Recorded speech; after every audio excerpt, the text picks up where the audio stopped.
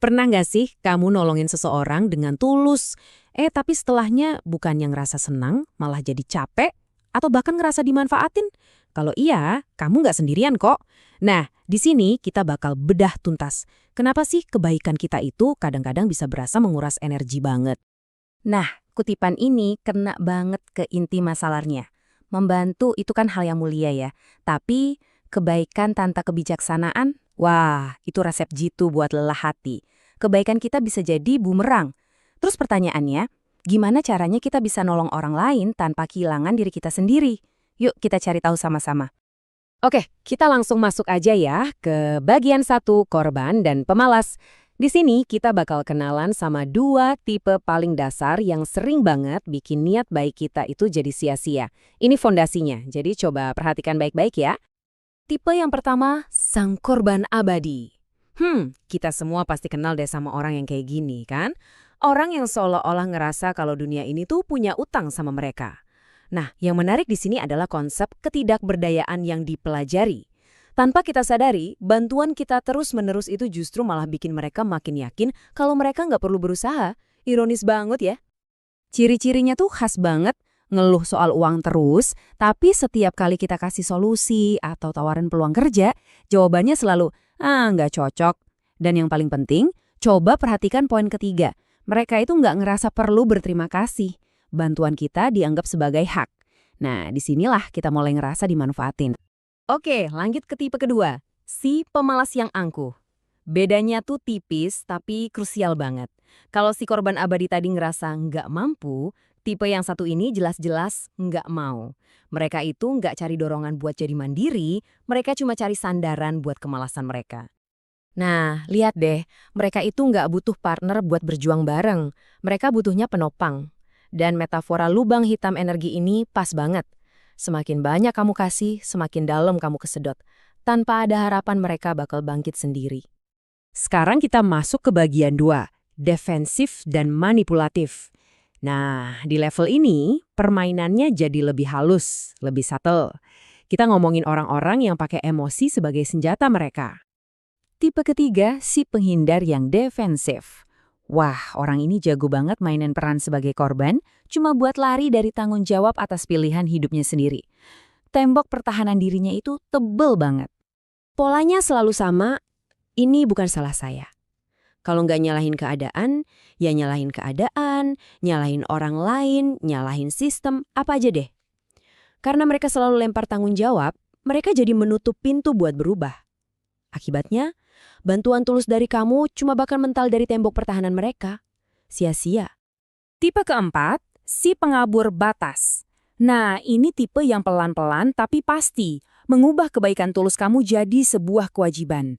Tiba-tiba aja, batasan antara menolong dan ditagih itu jadi kabur banget. Eskalasinya tuh kelihatan jelas. Sekali dibantu, gak akan pernah cukup. Pasti minta lagi, dan lagi.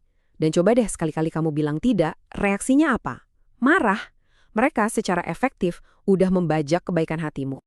Sekarang kita sampai ke tipe yang, ini mungkin yang paling licik. Arsitek rasa bersalah. Mereka ini ahli strategi emosi. Mereka tahu persis tombol mana yang harus ditekan, biar kamu ngerasa bersalah kalau nggak bantu mereka. Dan kutipan ini, wow, ini merangkum semuanya dengan sempurna. Memuji saat butuh, merendahkan saat keinginan tak terpenuhi. Hubungannya jadi murni transaksional.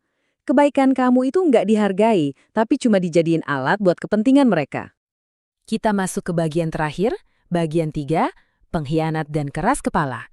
Siap-siap ya, karena dua tipe terakhir ini mungkin yang paling bikin frustrasi dan makan hati. Tipe keenam, si pengkhianat halus. Persis kayak bunglon, mereka bisa berubah warna sesuai kebutuhan. Di depan kamu mereka bisa manis banget, berterima kasih. Tapi di belakang ceritanya bisa beda 180 derajat. Polanya udah ketebak banget. Mereka nggak menghargai kamu sebagai pribadi, tapi cuma sebagai sumber daya.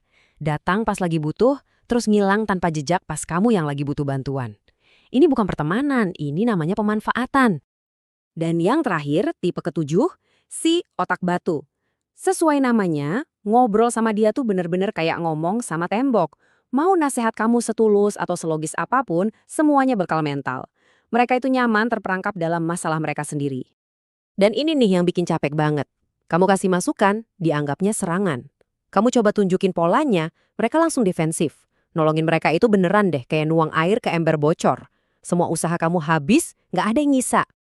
Oke. Setelah dengerin 7 tipe tadi, mungkin kita jadi agak pesimis ya soal nolong orang. Eits, tapi tenang dulu. Ini bagian terpentingnya.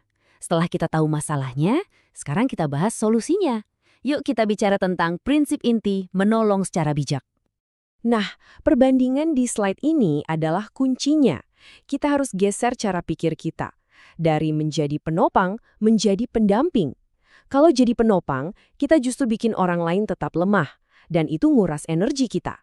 Tapi sebaliknya, kalau jadi pendamping, kita mendorong pertumbuhan dan ini justru menguatkan kedua belah pihak. Terus, di mana caranya jadi pendamping yang bijak?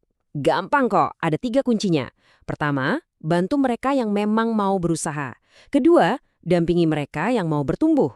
Dan yang ketiga, ini yang paling susah tapi juga paling penting, berani untuk mundur kalau kebaikan kamu cuma dikuras habis. Dan inilah kesimpulan yang paling indah dari semua ini. Saat kamu menerapkan kebaikan yang bijak, menolong itu nggak lagi jadi beban. Sebaliknya, itu jadi sumber kekuatan. Baik buat kamu maupun buat orang yang emang bener-bener layak kamu bantu. Jadi, sebagai penutup, saya mau ninggalin satu pertanyaan buat kita renungkan bareng-bareng. Kebaikan kamu, waktu kamu, energi kamu, itu semua adalah sumber daya yang nggak ternilai. Setelah mengenali pola-pola ini, kepada siapa kamu akan memilih untuk menginvestasikannya? Pilihlah dengan bijak.